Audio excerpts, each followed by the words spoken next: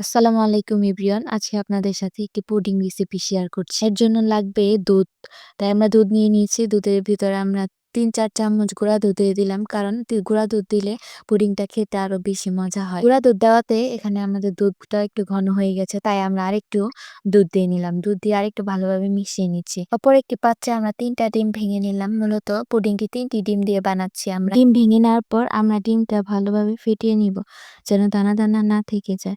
ডিমগুলো ভালোভাবে ফেটিয়ে নেওয়ার পর আমরা দুধ আর ডিম একসাথে মিক্সড করব। দুধের মধ্যে চিনি দেওয়া হয়নি, তাই আমরা দুধে চিনি দিয়ে ভালোভাবে মিক্সড করে নিলাম। ডিমগুলো আবার ভালোভাবে ফেটিয়ে নিচ্ছি এবং ফেটিয়ে নেওয়ার পর দুধ আর ডিমগুলো মিক্সড করে দেব। মিক্সড করতে, করতে নাড়তে হবে। দুধটা আমরা ডিমের ভিতর ঢেলে দিলাম। ঢেলে দিতে, দিতে আমরা নাড়তে থাকি। নাড়তে, নাড়তে ডিমটা আর দুধটা যেন একসাথে মিক্সড হয়ে যায়। আজকে মূলত পুডিংটি বানাবো রাইস কুকারে। যাদের মূলত ওভেন নেই তারা রাইস কুকারে পুডিংটি বানিয়ে নিতে পারেন। রাইস কুকারে বানানোর জন্যই আমি শেয়ার করছি। যে পাত্রে আমরা পুডিং বানাবো সে পাত্রে আমরা ক্যারামেল বানাচ্ছি, তাই বাটিতে আমরা চিনি দিয়ে নিলাম। চিনি দিয়ে হালকা একটু তেল দিয়ে নিয়েছি।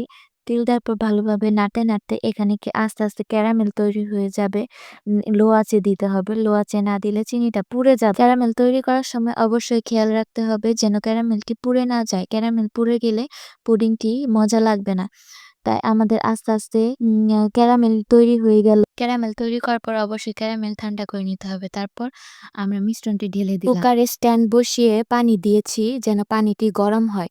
তারপর আমরা পুডিংয়ের মিশ্রণের পাত্রটি এখানে দিয়ে দিব। তার উপরে একটি ঢাকনা দিতে হবে। ঢাকনাটি দেওয়ার পর রাইস কুকারের মুখাটি আমরা বন্ধ করে দিব। ২৫ মিনিট পর আমাদের পুডিংটি তৈরি হয়ে যাবে। এই হচ্ছে আমাদের ইয়াম্মি পুডিং। সকলেই ভালো থাকবেন। আজকের মতো এই পর্যন্ত। আল্লাহ হাফেজ।